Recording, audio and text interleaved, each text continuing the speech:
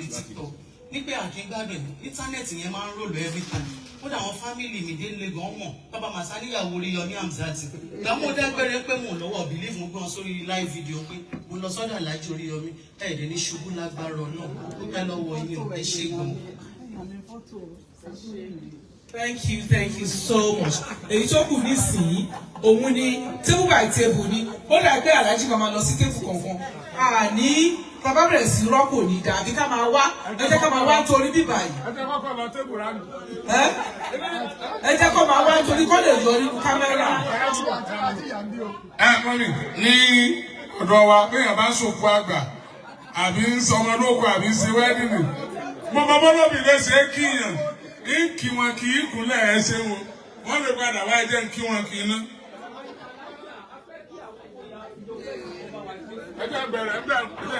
Ó yá ẹ wá máa ṣe Aláàjì mo lè wá lọ báyìí ní ìsìnkú ọ̀nà. Gbogbo wa náà làwọ̀ vẹ́ẹ̀sì. Ṣé wọ́n máa yọ bẹ̀bẹ̀ kámẹ́rà ò ní gbé yín àgbáwo ni? Òun la ṣe ní kó máa bọ̀ kò ní gbé yín. Ó yá máa yà tá ló máa bá yà báyìí. Gbà ókè ó yá ẹ máa bá wa yà sálẹ̀. Ó yá kíákíá kí ẹ má yẹ ká pẹ́ 10 minutes la máa fi ya fọ́tò yà fẹ́ pẹ́ ìdí ẹ̀. Ìdàmẹ́ ló fi yà fọ́tò. Ìdàmẹ́ ló fi yà fọ́tò yá. Ó yá ṣe sí ọ̀tọ̀. Ó yá nẹ́sẹ̀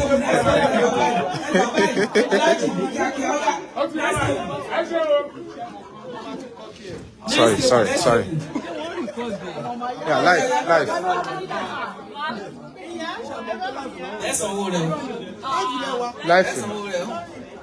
Ẹ jẹ́ ń gbé sójú yín, ẹ wó bí. Bàtẹ́ kúnlẹ̀ mo gbé sójú yín báyìí. Ó yá next table Aláàjì next table. Ẹ máa bọ̀ next table sá. Bàtẹ́ kúnlẹ̀ ọ̀dọ̀ yín báyìí mo gbé sí. Nígbà ní next table. Nígbà ní next table. Ẹ má ṣòjòrò Aláàjì ẹ má ṣòjòrò. Ẹ̀ẹ́dẹ́ fìlà wọn ni. Ó wá òkè bẹ́ẹ̀ náà.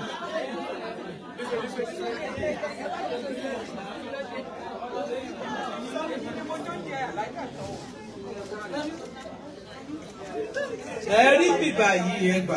Ó yá next table.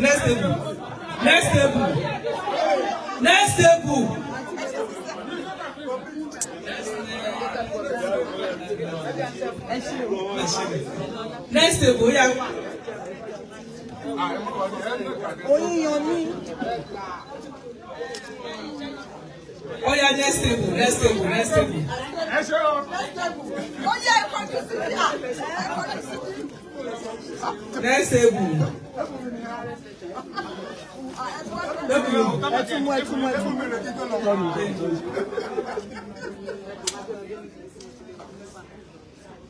Next table. Next table. Oh yeah. Next table. Hey. Around.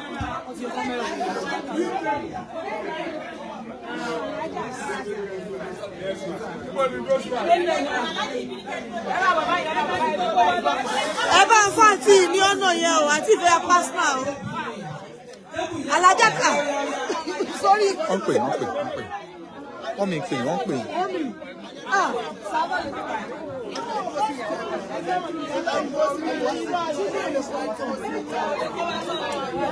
Dákẹ́ ṣe sí méjì ìbà ìkó dákẹ́ kú sí méjì. Skọ́dúró báyìí.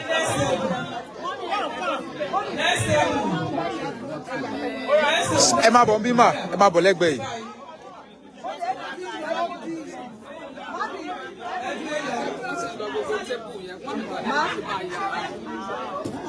Ẹ jẹ́ kí n tún mú ẹ̀ ṣùgbọ́n lọ́la. Ẹ bẹ́ǹdì fóònù yẹn, ẹ bẹ́ǹdì.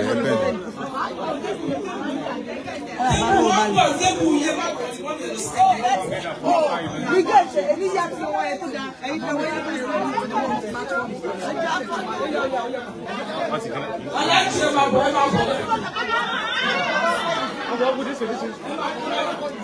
Aláàjì lẹ́yìn ẹ máa bọ̀.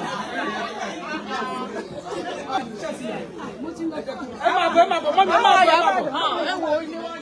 bí olóbi ṣe.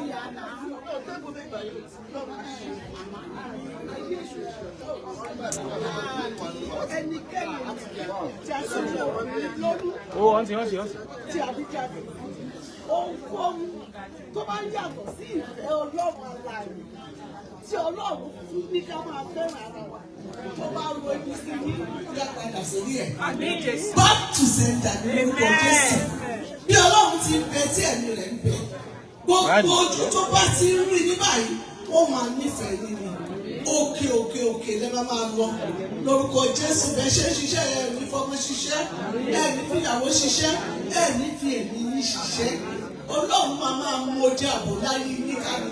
Ọlọ́run aláàbò Pósẹ́nì, ọba tó pọ̀ ní àṣàgbára, Ọlọ́run tí kò ní ẹ̀kejì, ọba tó ń wí bẹ́ẹ̀ tó ṣe bẹ́ẹ̀ lórúkọ Jésù. Ẹ máa ga ni. Ẹ máa lọ láyọ̀, ẹ máa bọ̀ láyọ̀ lórúkọ Jésù. Ẹ̀kọ́ àkókò ò ní kọ́ yín lẹ́sẹ̀, ayọ̀ yín àkàlẹ́ o. Gbogbo wa bá ṣe ń rí yín tí mo wá ń dùn, inú wa máa dùn ní gbogbo ojú ayé lórí yín lórúkọ Jésù. Ohun gbogbo tẹ́ bá dáwọ́ lé báyìí ọmọ àyọrí sí i. O tẹ́ bá tu Ọlọ́run abáyé sùn, o tẹ́ bá di Ọlọ́run abáyé dé. Ṣé mọ̀ aláàjì ẹ̀wọ̀n Dáfídì? Dáfídì àti ọba nù. Ọba ní ilé pẹ̀ títí látúndọ̀ ọba ní à. Bàbá ẹ̀ wo ibi tẹ́ ẹ̀ máa ṣọ nínú ìlọ́run lọ́mọ ìwé pàdé ìyàwó ìgbòrò. Nítorí pé ìfẹ́ ẹ̀ lọ, ẹ sì fẹ́ gbogbo èèyàn, ẹ ò fẹ́ kí ìyà jẹ mí. Lórúkọ Jésù ìyà ò ní jẹ mí, kò ní jọmọ yín, kò ní jẹ bí yín. Ọlọ́run tó fi yín ká, tó fi yín sí ìdílé yín láti di òpó. Lórúkọ Jésù ayérayé lẹ́wọ̀n àgbà tọmọtọmọ. Tẹ̀bítẹ̀bí taratara lẹ́wọ̀n àtayọ mi. Orílẹ̀-èdè àgbáyé mo ní bẹ́ẹ̀ lẹ́ẹ̀fẹ́ ti pírẹ́sídẹ́ǹtì. Tọ́lọ̀ wá lé ìdàgbọ́ torí wọ́n ní bẹ́ẹ̀ ṣẹ̀ṣẹ̀ dé ẹlẹ́ẹ̀fẹ́. Lọ́dẹ̀ Yorùbá. Lọ́dẹ̀ bẹ́ẹ̀ ni. Ẹni káwọn èèyàn máa gbé ọmọ sí. Lórúkọ Jésù lẹ́wọ̀n àgbà mi. Ẹ̀mí lè láti ẹ̀rọ ìlà kàlẹ́ o. Ẹ máa bẹ lábẹ́ ẹ máa dùn láyé o. Ìlú ọmọ máa dùn ní o. Owó tó pẹ́ bá ṣẹ̀dú àtàsán fún ìgbà yóò mọ̀ ṣe. Ẹ ṣé. Next table. The effort mi. Mo máa ń ní àdúrà kan tí mo máa ń bẹ Ọlọ́run pé k'Ọlọ́run bá wa rán Ànábì Musa tiwa náà. Alayhi salatu wassalam. Sí àwọn fèrè hàn tó ń fìyà jẹ wá ní Nàìjíríà. Nítorí pé ìyà ń jẹ àwọn èèyàn Nàìjíríà. Kí n tó débi ìlàlẹ̀ wọ́n bẹ̀ mí kí n tó wá nítorí mo wò pé anything that comes from Nigeria mi wà impressed mo. Torí mo ti deal pẹ̀lú president, mo ti deal pẹ̀lú àwọn governors wa. Ṣùgbọ́n ronírọ́ ni wọ́n. Sọ́gbà tí mo rí yín tí mo rí àwọn tí wọ́n wà lórí TV yẹn, tí wọ́n show, tí mo rí biography yẹn, I was moved to tears. Ọlọ́run á bá wa dúpẹ́ fún yín. Ọlọ́run á bá wa dúpẹ́ fún yín. Tó bá yẹ pé ẹ̀yin ni Musa tí Ọlọ́run rán sí Nàìjíríà tó rán sí àwọn fèrè áò tó wà ní Nàìjíríà. Ọlọ́run á bá wa dúpẹ́ fún yín. Gbogbo ibi tẹ́ ẹ bá tẹ̀ lórí ilẹ̀ tọmọtọmọ àrọmọdọ́mọ yín. Rabbana atina fid dunya hasana. Gbogbo tí wọ́n pè ní fid dunya hasana. Ọlọ́run á jogún ẹ̀ fún yín tọmọtọmọ. Àmín. Wa fil akhirati hasana. Wa qina adhaban nar. Ọlọ́run ọba dẹ́dà ìpọ́njú ilé ayé tó máa ń jẹ́ kéèyàn tó máa ń gba ìwà dáadáa lọ́wọ́ èèyàn. Ẹ̀yin rí tọmọtọmọ tẹbí taratara yín àti gbogbo àwa tá wà ń bí náà. A ní fìpọ́jú lólè. A ní fìkòtókòtò lólè. A ní fẹ́ àìríjẹ àìrímu lólè. A ní fẹ́ àìrínà àìrílò àní fi lólè. Ọlọ́run sì ní fìjì àti mo wá síbi tó nira. Mo wá fẹ́ ṣe award yẹn. The first award. Ọ̀dẹ̀ bá mi gbé the first award yẹn wá. Ṣé àwọn la fẹ́ fún ní coordinator la fẹ́ kọ́kọ́ fún ní award. London coordinator to coordinate occasion yìí. Don't coordinate Oriyomi fans ní London. mo ti meet wọn rí náà àwọn náà náà coordinate Yorùbá nation náà Ọlọ́run ní gba ìwà dáadáa lọ́wọ́ yín Ọlọ́run á jẹ́ kẹ́ bá níbi tó ti lérè oníjó jẹ́ ìbàlẹ́jọ aburú fún yín àwọn ni a fẹ́ present award yìí for your outstanding efforts to humanity, to the citizens of Nigeria and to Nigeria as a whole. Mrs. Toyin Olaoye, may God Almighty reward you with abundance.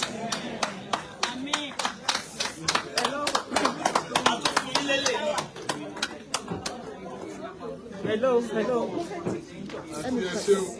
So award yẹn la fún yín yìí o Ọlọ́run á grace effort yín Ọlọ́run á jẹ́ ká bá kẹ́ bá níbi tó ti lérè kò ní jẹ́ kó jẹ́ ìbàlẹ́jọ aburú fún yín inshallah bi kudratillah. The second award Tolori Oko Bambam eléyìí is nothing to the effort that you have put forth to Nigeria and to citizens.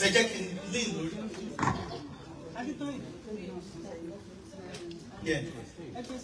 To the children of Nigeria, to our progenies, lè dúpẹ́ fún yín tán, Ọlọ́run nìkan ló lè dúpẹ́ fún yín. This is nothing compared to all your effort. May Almighty Allah continue to grace you. May Almighty Allah continue to reward you with abundance. Ọlọ́run ọba dẹ́dà kò ní jẹ́ kó jẹ́ ìbàlẹ́jọ aburú fún yín bá níbi tó ti lérè tọmọtọmọ tàbọmọdọmọ yín for your mo ti sọ fún yín pé ẹjẹ lo glasses mi for your indefatigable advocate má bínú sí òyìnbó mi o mo ti pẹ́ nínú ìlọ́tọ̀ ṣùgbọ́n mo sanwó kọ́ ni so ẹgbà Ọlọ́run ọba dẹ́dà dúpẹ́ fún yín ẹ jẹ́ kí wá gbé àwọn òdòdó fún un. Hello. This is better. This is less than what you have done. May Almighty Allah grace you. Ọlọ́run á jẹ́ kẹ́ pẹ́ láyé ní kúrò wèrèwé. Wọ́n ní fún wa lọ́mọ tí ó yàn tí ó gbogbo ẹbí yọ. Fún wa lọ́mọ tí ó yàn tí ó gbogbo ẹbí yọ. Fún wa lọ́mọ tí ó yàn tí ó gbogbo ẹbí yọ. Wọ́n fún wa lákòókò bí ọmọ àdánù. Fún wa lọ́mọ tí ó yàn tí ó gbogbo ẹbí yọ. Gbogbo ẹ̀yin òbí tẹ̀ wá ní iṣẹ́ lè ló ṣe débẹ̀ o.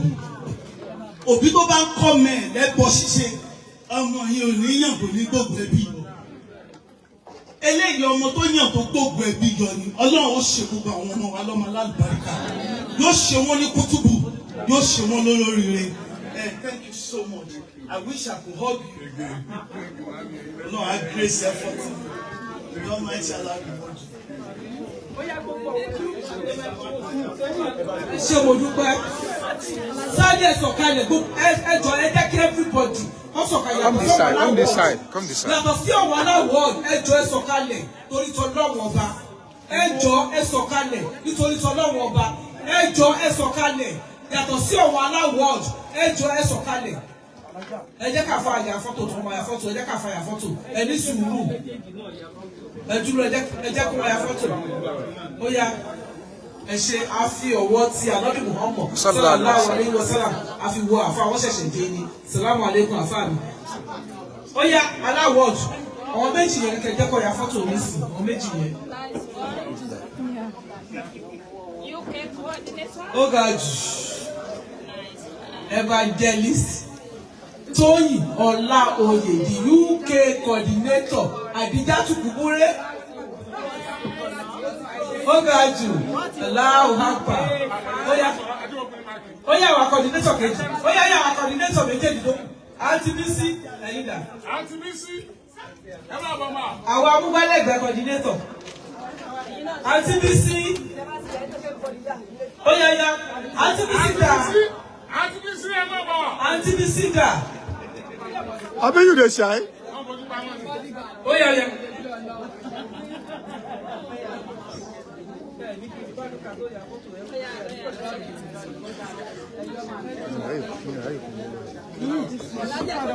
Hello, ma. Hello.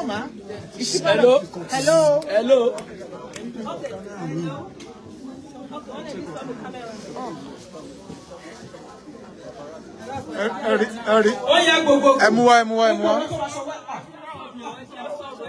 má bínú. Ọ̀rọ̀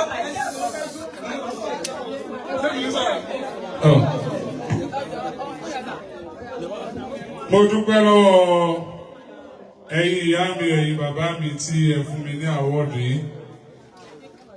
Ẹni ní ìmọrírì iṣẹ́ tí Ọlọ́run rán wa. Mo dedicate àwọ́dù yìí fún ní orúkọ Ọlọ́run ọba tí dá ni tẹ́nìkan kì í dá, ọba tí mú ni tẹ́nìkan kì í mú, ọba tí lé ni tẹ́nìkan kì í lé, ọba tó lè ké gbogbo ayé tí ò ní dín kankan kù nínú àkáǹtì ìkẹ́ rẹ̀. Mo dedicate award fún gbogbo Oríyọmí Hamzat fam throughout the world. Thank you. God bless you. Praise the Lord. Praise the Lord. Praise the living Jesus. Mo dúpẹ́ lọ́wọ́ ẹ̀yin ìyá mi, ẹ̀yin bàbá mi. Ẹ̀yin tẹ́ ń pọ́n Alhaji Abdulrahman Oríyọmí ṣáìdì kó jábọ́ lẹ́yìn yín. Mo dúpẹ́ o, Alhaji dẹ̀ dúpẹ́. Wọ́n dúpẹ́ lọ́wọ́ gbogbo yín fún ìfẹ́ tí ẹ fi hàn wọ́n. Wọ́n dúpẹ́ lọ́wọ́ gbogbo yín fún gbogbo lálàyé lórí wọn. Gbogbo UK fans, mo dúpẹ́ lọ́wọ́ yín. Every week lẹ máa ń ṣe meeting. Ẹ jẹ́ kó sùn, ẹ jẹ́ kó rẹ̀yìn. Mo dúpẹ́ lọ́wọ́ yín, Alhaji dúpẹ́ lọ́wọ́ yín, ẹbí Alhaji dúpẹ́ lọ́wọ́ yín, àwọn ìyàwó Alhaji dúpẹ́ lọ́wọ́ yín, àwọn ọmọ wọn dúpẹ́ lọ́wọ́ yín, fámìlì wọn dúpẹ́ lọ́wọ́ yín torí pé ẹ ń fìfẹ́ hàn wọ́n. Ìfẹ́ tẹ́ wá fi hàn wọ́n yìí, Ọlọ́run ọ̀bọ lọ́jọ́ òní ẹ wá bá mi ṣe dáadáa fún gbogbo oore tó tara yín bọ̀tà. Gbogbo oore tó tara yín bọ̀tà kò ní dìbàjẹ́ o. Àwọ́dù tó gbé fún wa, èmi ní kọ́kọ́ náà gbé fún o. Wọ́n gbé fún gbogbo fáìlì ìwà ìpátápátá ní UK ni o. Àwọ́dù yìí ó dedicated back to you, to UK fans. It's not for only me, it's for all of us.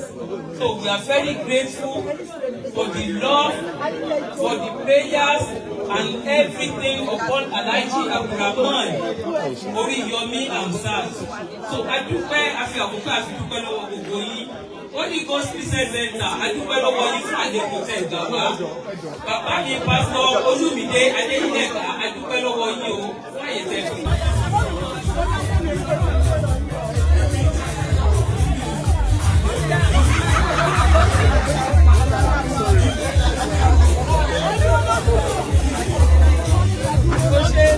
Mo bá yín record video náà.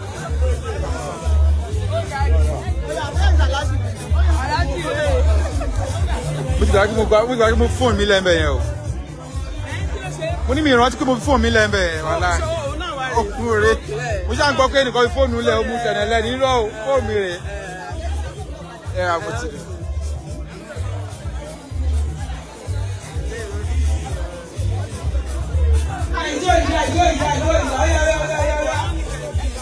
Ìjọ bá ti ń jó ẹnáwó yóò ní ọ̀rọ̀ ọmọ ẹ yí Hamzat sí ẹ bá wa yẹ wọn sí o.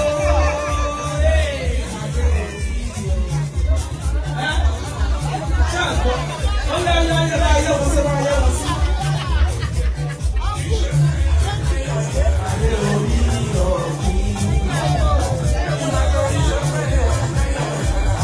Ẹgbórí sókè Alhaji.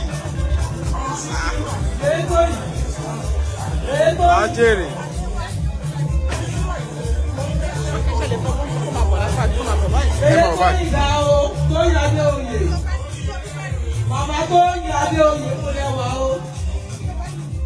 Ẹ máa bọ̀, ẹ máa mú. Alhaji.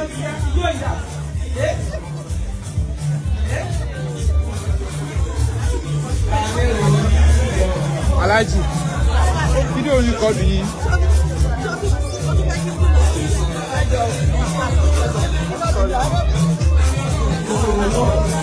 Alhaji mi ò rí jọ̀jà o, mi ò rí jọ̀jà o, ẹ́ yọ̀rọ̀.